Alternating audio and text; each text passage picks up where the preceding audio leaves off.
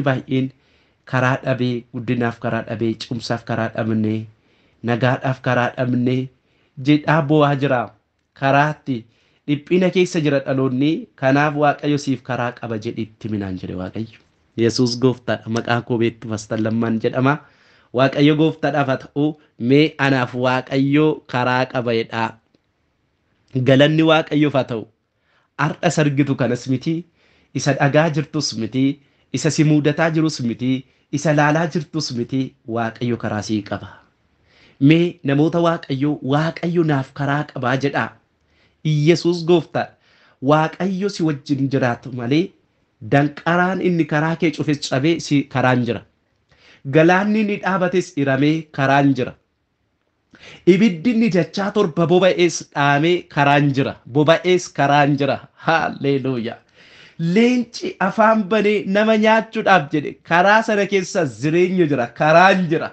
mee waaqayyo anaaf karaa qaba jedhaa yaa dubbadhaa Yesuus gooftaa jiraataadha waaqayyo nama isaa ceesisuu barbaada taanaan karaan jira inni cabsee karaa banu si faanaa ta'u malee karaan jira otoo waan cabiin karaan hin jiru otoo waan ta'iin karaan hin jiru otoo raafamiin karaan hin jiru otoo dhiphatiin karaan hin jiru otoo nagaan dhabiin karaan hin jiru karaan jira ameen haleluuyaa mee anaaf karaan jiraadha priito goba mahar dala diabos preve jelebelebetia haleluuyaa Yesuus gooftaa jiraatadha waaqayyo karaa qopheesseera isa si mudatu na ilaalin isa bitaa mirgaan siraasuun ilaalin isa laa abdii si kutachiisu sanan ilaalin karaan jira ameen galanni waaqayyo gooftaadhaaf haa ta'u haleluuyaa haleluuyaa haleluuyaa rilaba haduuba jenemereberidiyaas mee anaaf waaqayyo karaa qabeedha galanni waaqayyo gooftaadhaaf haa ta'u haleluuyaa haleluuyaa Yesuus gooftaadha ameen waaqayyo gooftaadhaaf galanni guddaan haa ta'u seera ba'uu boqonnaa 14 lakkoofsa 10 irraa kaasee dubbisee waaqayyo nan kadhadhaa akka kanadha seera ba'uu boqonnaa 14 lakkoofsa 10 yeroo mootichi isaanitti dhiyaatee Israa'eloonni ol ilaalanii kunoo warri Gibxii booddee isaaniitiin isaan ordofaa akka dhufan argan yommus Israa'eloonni guddaa sodaatan gara waaqayyotti iyyan Museedhaan immoo biyya Gibxii keessatti iddoon awwaalaa waan hin jirreef as lafa onaa kanatti dhumuuf nu fiddee inni biyya Gibxitti nu baafte kun maal nurratti hojjechuu keetii wanti nuyi koottu nu dhiisi warra Gibxiif garba taanee in hojjanna jennee Gibxii keessatti sitti himne isuma kana mitiiree nuyi lafa onaa keessatti dhumuu irra warra Gibxiif hojjechuu nuuf wayya ture jedhanii Museenis immoo saba sanaan warra Gibxii warra argitan kana deebitanii akka kanaatti lammaffaa waan in argineef in sodaatinaa jabaadhaa dhaabadhaa har'a gochaa waaqayyo isin fayyisuuf raawwatu ilaalaa ammas waaqayyo isiniif hin lolaa isin gabii argadhaa yommus Museen waaqayyo yommus Museedhaan maaliif gara kootti iyyitaa ka'anii gara fuula duraatti akka adeemaniif Israa'elootatti hime ati immoo ulee kee ol fuudhi harka kee galaana irratti diriirsi Israa'eloonni lafa goggogaa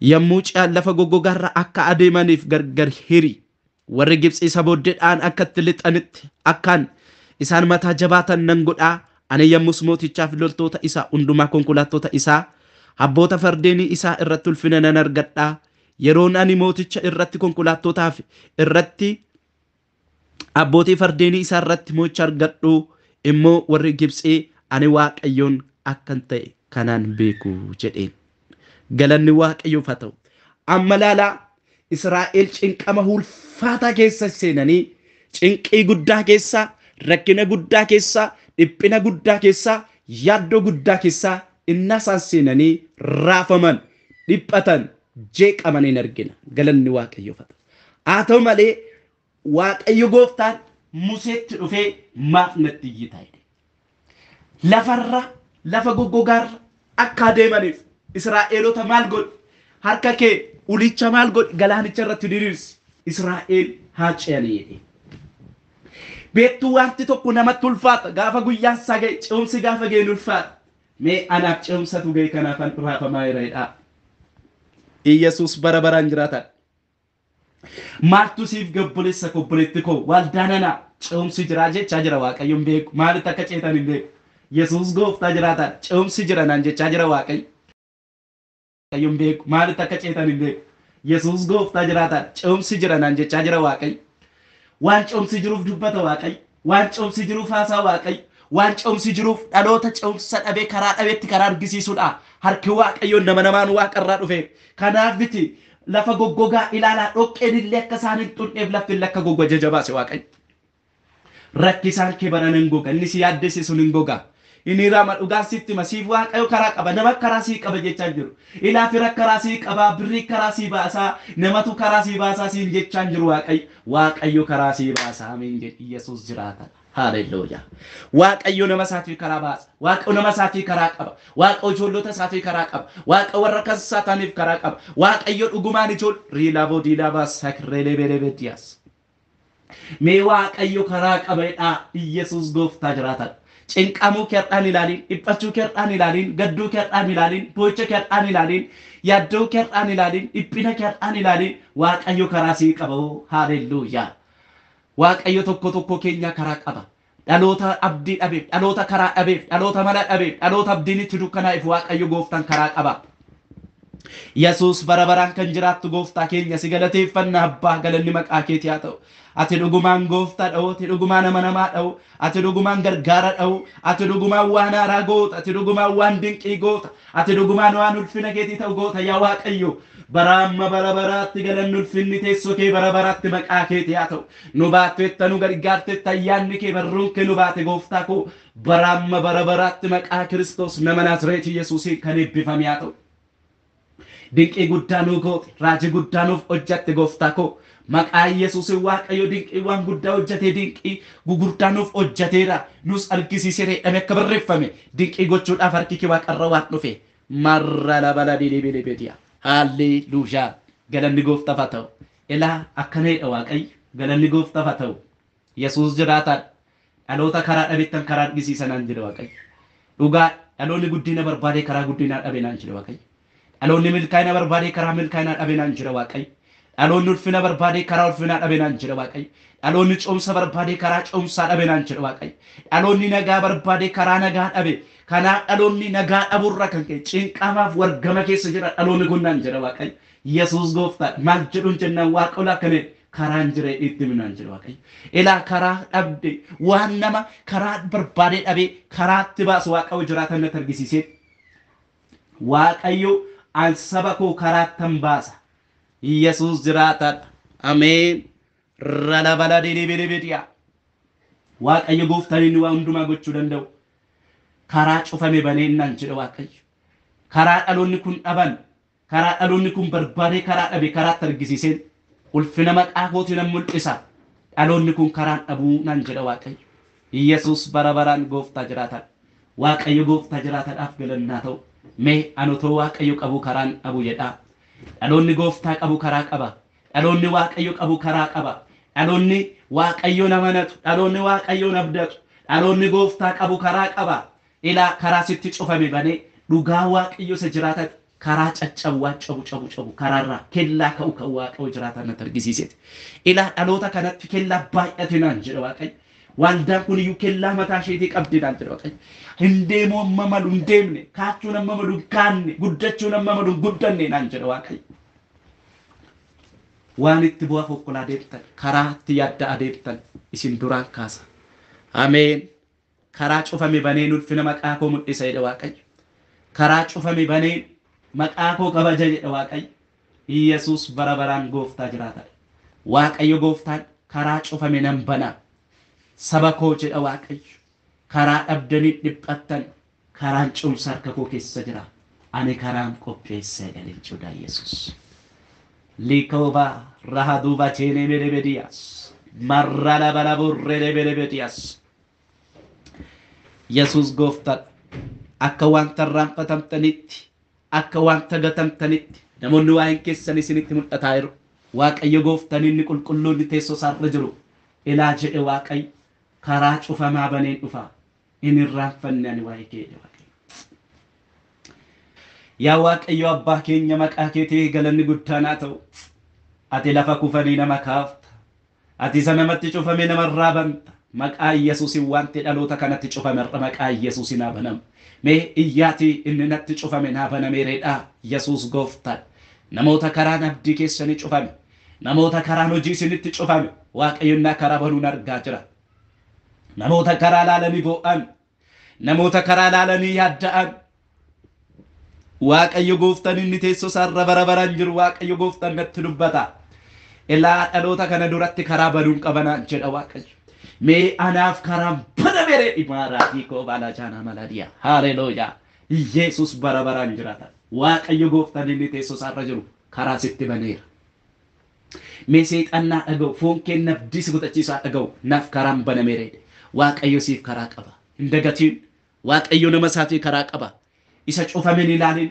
isa dukkanaa'en ilaalin isa mana dhaben ilaalin siif leenciidhaan Yesuus karaa qaba biyya keenya Waaqayyo karaa qaba dhaloota Waaqayyo karaa qaba gooftaa maqaa keetii galanni guddaan haa ta'u kan akka kee lafa kufanii nama kaasu hin jiru kan akka kee dhaloota mala dhabe mala ta'u hin jiru Israa'el gaafa abdii fixan gaafa mala dhabanitti hin qaqqabde harki kee ariifatee dhaloota kanaa qaqqabu harki kee ariifatee waldaa kanaa qaqqabu maqaa gooftaa Yesuusitiin waan heja biyya keenya harki kee olaa jedhu heja waldaa kana harki kee olaa jedhu heja dhaloota kana harki kee olaa jedhu maqaa Yesuus gooftaa jiraata Yesuusitiin dhalootatti dukkanaa'eef ifan baasanan jedha Waaqayyo maqaa Yesuusiin wanti dhaloota kanatti abdii cufate har'a jabbanam maqaa Yesuus gooftaa jiraata Yesuusiin galanni siif haa ta'u haleluuyaa ilaa Waaqayyo ergaa kana guyyaa dheengaddarraa kaaseen Waaqayyo natti dubbata ture galanni Waaqayyoof haa ta'u egaa biyya gaafa waa'ee dhaloota gaafaasa Waaqayyo dhaloota eebba kana nyaatan dhaloota kakuu kana Waaqayyo isaan fuulduratti raawwatu waan jiruuf Waaqayyo dhaloota taasa galanni gooftaaf haa ta'u ergaa guddaa Waaqayyo ijaa biyya keenya Itoophiyaa aasaa jira ijaa biyyaa kadhataa kan turtan gammadaa Waaqayyo iyya keessan dhaga'ee imimmaan keessan argee boicha keessan argee deebii dhugaa tokko fidee dhufeera Waaqayyo maqaan gooftaa Yesuus bara baraan kan eebbifame kan galatoome haa ta'u galanni Yesuus haa ta'u mul'ata gugurdaa 5 Waaqayyo gooftaan ija biyya keenyaa natti argisiisa waan ta'uu jirus waan ta'ee jirus waan ta'uuf jirus Yesuus gooftaan galanni bara bara Waaqayyoof haa ta'u muka baay'ee qajeelaa muka baay'ee sururuu muka baay'ee qajeelaa ta'e Waaqayyo gooftaan natti argisiisa muka kana baallee baasee damee godhatee gaaddisa dhalootaaf ta'uu jalqabu garuu rirma fakkaata garuu rirma caala xiqqoo fooyyeessa qabaa tuqaa fakkaata garuu tuqaas miti waan addaat bakka waanan ibsuu hin dandeenye garuu hin beekama rirmi muka goggogaa malee jiidhaan nyaatu rirmi biyyoo malee muka nyaatu beektu muka nyaata tuqaan garuu lafa qota malee hidda nyaachuu hin danda'u beektu Waaqayyo gooftaan akkana nan jedha garuu muka bineensa hidda nyaatuun arga maalidha yoo Waaqayyo jennaan ilaa inni tokko iddarraa ol nyaataa inni tokko gaaraa gadi nyaataa dhufa muka jidduutti gabaabbatee coolagaa gogaa deemu Waaqayyo natti argisiisa ilaa akkana jedha Waaqayyo baa biyya kanaa guddina biyya kanaa isa nyaatu inni nyaatu inni idda keessa nyaatu afuura du'aati naan jedhe Waaqayyo afuura du'aa lafa keessa dhaloota baay'ee akka nyaatu barrammoo abdii dhalootaa guddina dhalootaa nagaa dhalootaa milkaa'ina dhalootaa isa nyaatu biyyi kun uffayetti gaaddisa kan godhanne nagaa kan godhanne isa godhu har'a kaasee afuura kanaa saba koorraa biyya Itoophiyaa kanarraa nan cabsanaan jedhe Waaqayyo hiddi nyaatamu kun afuura du'aati naan jedhe dameen gaarraa mataarra gadi nyaatamaa dhufu kun heebba biyyatti kanaa nagaa biyyatti kanaa baa biyyatti kanaati naan jedhe Waaqayyo kanaaf jedhe Waaqayyo gooftaan inni hundumaa gochuu danda'u afuura kana nadhaa kana booda naan jedhe Waaqayyo baan lafitti kanarraa beekan lafitti kanarraa hin nyaatamu kichuutti umuriin dhalootatti cetu kun inafa Waaqayyo fuula nagaa koof fuula araara koo gara biyya kanaatti nan deebisaa jedha Waaqayyo galanni bara bara Waaqayyoof haa ta'u Yesuus bara baraan jiraatadha. Waaqayyo hafuura hamaa guddina nyaatu, eebba dhalootaa nyaatu, nagaa dhalootaa nyaatu. Waaqayyo gooftaan nan cabsa. Hirree koo biyyattii kanarratti nan diriirsa. Kana booda inni idda nyaatus, inni baala nyaatus, inni jirma nyaatus inni dhaamu Waaqayyo gooftaan natti argisiiseeti. Hafuura kan hundumaa nan jedha Waaqayyo. Isa saba korraatti ba'e nan cabsa nan jedha Waaqayyo. Deebisee immoo mul'ata lammaffaa ciraa muka guddaa muka boba'u Waaqayyo gooftaan hafuurri qulqulluun natti argisiisa. Yesuus bara baraan jiraatadha. Muka gurguddaa caakkaatti ibiddatti qabatee caakkaa gubatu muka boba'u Waaqayyo gooftaan hafuurri qulqulluun bara baraan inni jiraata. Waaqayyo gooftaan natti argisiisa. Galanni bara baraa Waaqayyoof haa ta'u. Waaqayyo gooftaan inni waa hundumaa gochuu danda'u. Waaqayyo gooftaan inni waa haaraa gochuu danda'u. Waaqayyo gooftaan inni waa taasisuu danda'u. Muka baay'ee boba'ee lafa onaa ta'e. Allaattota garagaraa, simbirroonni garagaraa, bineensonni garagaraa keessaa baqatanii yaa'an. Waaqayyo gooftaan inni teessoo isaarra jiru natti argisiisa. Galanni ulfinni Waaqayyoof haa ta'u. Yesuus gooftaa jiraataadha. Waaqayyo gooftaan inni bara baraan jiraatu. Waaqayyo gooftaan inni hundumaa gochuu danda'u. Akka kanan jedha Waaqayyo. Waaqayyoodhaaf galanni guddaan haa ta'u. Deebisee Waaqayyo hafuurri qulqulluun bineensonni ibidda sodaatanii allaattonni garagaraa lubbuu qabeessi hundumtuyyuu caakkaa kana keessaa baqatu. Mukeetiin garagaraa gubatanii daaraa ta'an Waaqayyo gooftaan natti argisiisa. Lafa duwwaa ta'e nan arga. Daaraa gurraacha muka gubatee lafa gubatee daaraa ta'ee gurraacha Waaqayyo gooftaan natti argisiise. Bokkaa guddaa waaqarraa gadi roobu. Bokkaa cimaa, bokkaa jabaa waaqarraa gadi roobu Waaqayyo hafuurri qulqulluun natti argisiisa. Kun maaliif ennaan ilaa biyyattii kanaaf naan jedhe Waaqayyo. Araara koo nagaa koo nan roobsa. Ilaa wayyaan gaddaa muttinni lafti gurraachi kun hinnaan lolaan kun lafa irraa wanta gurraacha kana aree fuudhee deemu Waaqayyo gooftaan hafuurri qulqulluun natti argisiisa. Yesuus bara baraan jiraatadha. Lafa kanarraa wanta gurraacha qaqaa fakkaatu kanaa lafa kanarraa aree fuudhee bokkaan kun deemu Waaqayyo jiraatan natti argisiiseeti. Lafa gogee umaa kana booda biqilchuu hin danda'u hona ta'e garuu mutti gugurdaan biqilu kaayyoon Waaqayyoonni guddaan lafittii kanarratti mul'achuuf akka jiru mutti gaaddisaaf ta'u mutti baay'ee kan akka gaatturaa birbirsa fakkaatu hojjersa fakkaatu gugurdaan innaa biqilu nan arga. Waaqayyo gooftaan ilaa akkana naan jedha. Lafittii kanaaf dhaloonni kun biyyattii kanaaf abdii kutataniiru. Warri keessaa baqatan gara biyya kanaatti akka deebi'aniif nagaa koo biyyattii kanatti nan buusa. Ilaa amma dhaloonni baay'een baqataa jira. Dhaloonni baay'een addunyaa kanarraa Itoophiyaarraa baqataa jira. Inni kaan garaatti baqatuuf karaatti baqatu dhabee taa'a malee fitoleetti gammadeen taa'an jiru. Maqaa koottan kakadha. Isa lafa kanarraa baqate lafatti kanatti nan deebisa. Bokkaan haaraan lafitti kanarratti hin rooba. Nagaan haaraan lafitti kanarratti hin biqila. Gammachuun lafitti kanarratti hin biqila. Ilaa kana booda wayyaan gaddaa gaddii fi hafuurri gaddaa biyyattii kanarraa hin ka'a jedha Waaqayyo. Yesuus gooftaa jiraataadha. Marrala baladii bilibiliya. Waaqayyo gooftaan gaddaa fi hafuura gaddaa biyyattii kanarraa nan kaasa jedha Waaqayyo. Deebisee Waaqayyo ilaa wayyaan inni gurraachi kun wayyaa gaddaati. Dhalootarraa lafa hundumarraa biyya hundarraa wayyaa gaddaa kana nan tarsaasa. Lafarraa biqilli haaraan inni biqilu nan arga. Waaqayyo gooftaan inni teessoo isaarra jiru ilaa biqila nagaa haaraa nan biqilcha. Amma boojuu Itoophiyaa isa fudhatame nan deebisa. Eebba biqilee guddatu, eebba biqilee mul'atu biqiluu jalqaba. Nagaan biqiluu jalqaba. Gammachuun biqiluu jalqaba. Boqonnaan biqiluu jalqaba. Tokkummaan biqiluu jalqaba. Waraanni fi innamma dhaloota cinqu kun iddoo gadhiisa.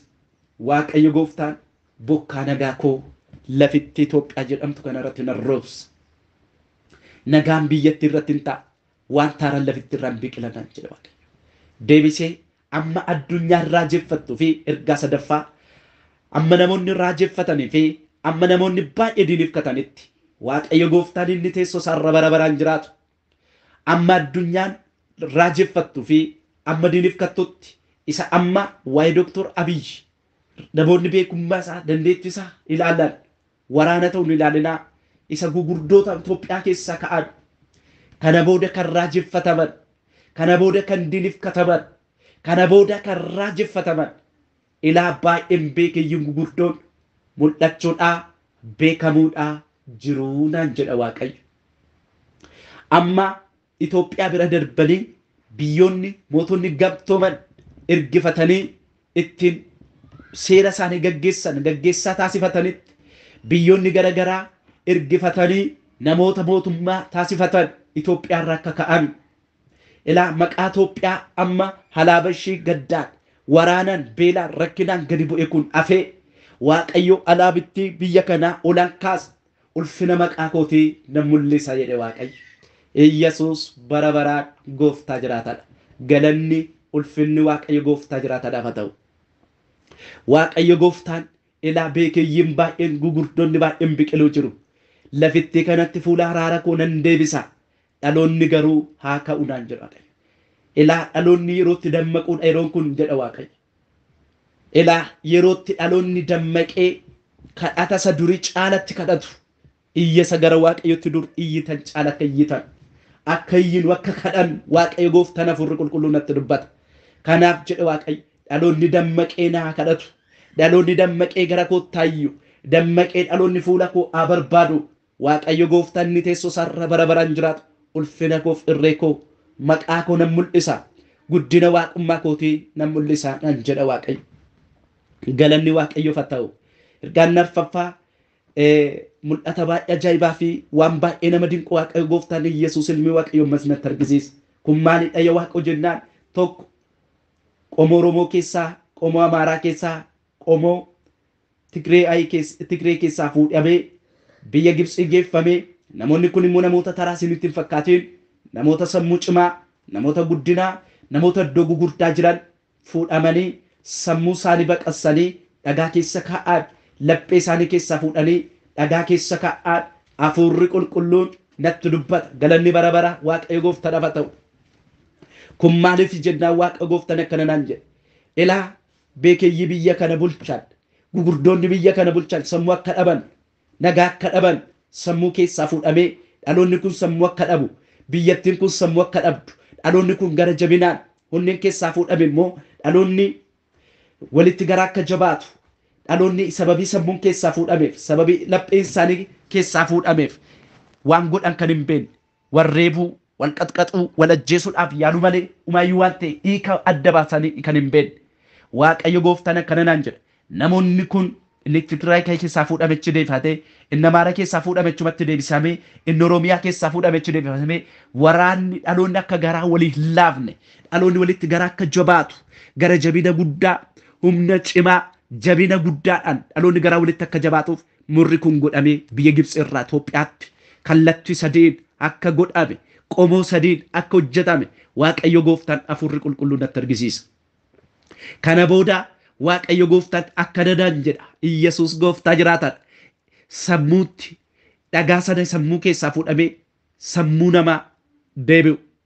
Sibiila laphee namaa keessaa fuudhamee lapheen humti inni kan namaa fuudhamee saba Israa'eliinis Waaqa akkanaadha. Laphee dhagaa isin keessaa fuudheen laphee foon isinii kennaadha. Laphee sibiila irraa hojjetame kana fuudhamee nama keessaa gatamee foon yookaan immoo lapheen humti inni seeraa deebi'u Waaqayyo hafuurri qulqulluun natti argisiisa. Ilaa kana booda dhaloonni sammuutti akka deebi'u, dhaloonni nagaatti akka deebi'u, dhaloonni boqonnaatti akka deebi'u, dhaloonni waliin yaaduutti maaliif kana goone akkamitti kana gochaa turre amma jedhutti dhaloonni amma gaabbii guddaatti seenutti Waaqayyo gooftaan inni teessoo isaarra jiru laphee dhalootaa fi sammuu dhalootaa nan deebisa naan jedha Waaqayyo. Iyyesuus bara baraan gooftaa jiraatadha. Lapheen dhalootaa yaadni dhalootaa sammuun dhalootaa akka deebi'u Waaqayyo gooftaan isa kana nan godhaa naan jedha Waaqayyo. Kana boodatti erga dhaloonni kun sammuun deebi'e yaadni dhalootaa lapheen dhalootaa sammuun dhalootaa erga deebi'e Waaqayyo gooftaan inni teessoo isaarra jiru dhaloonni kun immoo walitti dhufee lafee namoota waraanarraa kan ka'e dirreetti foonirraa dhangala'ee lafee duwwaa Oromoo keessa, Amaara keessa, Oromiyaa keessa, Tigraay keessa walitti fuudhamee bara ta'uun beeku, yeroo ta'uun beeku, dhagaan seenaa tokko akka dhaabatu. Waaqayyo gooftaan amma kun sadaniyyuu qomoon kun sadan yoomiyyuu walii gala tokko ta'a jedhamee yaadamu. Garuu Waaqayyo hundumtuu hin danda'ama. Galanni Yesuus haa ta'u. Waaqayyo gooftaan isa kana nan godha. Itoophiyaarraa immoo Gibxiin harka sharka kaaftuuf, bora sharka kaaftuuf ilaa hojii manaa kennaaf irree koo fi humna waaqummaa koo irratti nan mul'isa nan jedha Waaqayyo. Galanni Waaqayyoof haa ta'u. Waaqayyo isa kana dubbateera. Kanaaf Waaqa kadhadhaa ayyaanni Waaqayyo isiniif haa baay'atu isa guyyaa har'aa sumarratti